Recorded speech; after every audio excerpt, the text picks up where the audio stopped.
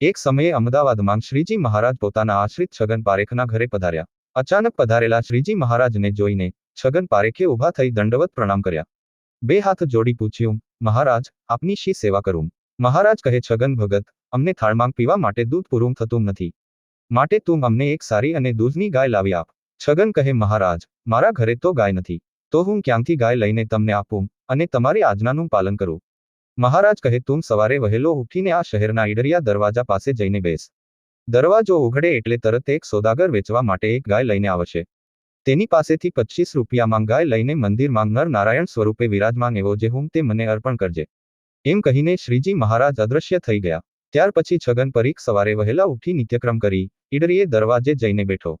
દરવાજો ઉઘડ્યો કે તરત એક સોદાગર દૂધની ગાય વાછરડા સહિત લઈને આવ્યો. છગને પૂછ્યું, ભાઈ, આ ગાયને ક્યાં લઈ જાઓ છો? તેણે કહ્યું, ગાયને વેચવા માટે જાઉં છું. છગને પૂછ્યું, ગાયની કેટલી કિંમત છે? સોદાગર કહે, 25 રૂપિયા. છગન કહે, લો, આ 25 રૂપિયા અને ગાય મને આપો. એમ કહી ગાય લઈ મંદિરમાં આવ્યો. ત્યાં તો તે ગાય વાછરડા સહિત મંદિરના મંડપ ઉપર ચડી ગઈ અને શ્રી નરનારાયણ દેવના દર્શન કરીને પાછી નીચે ઉતરી ગઈ. તે જોઈ મંદિરમાં રહેલા સર્વેજનો અતિશય આશ્ચર્ય પામી ગયા. ત્યાર પછી છગને મહંત સ્વામી પાસે જઈને વાત કરી, ગાય મંદિરમાં અર્પણ કરી.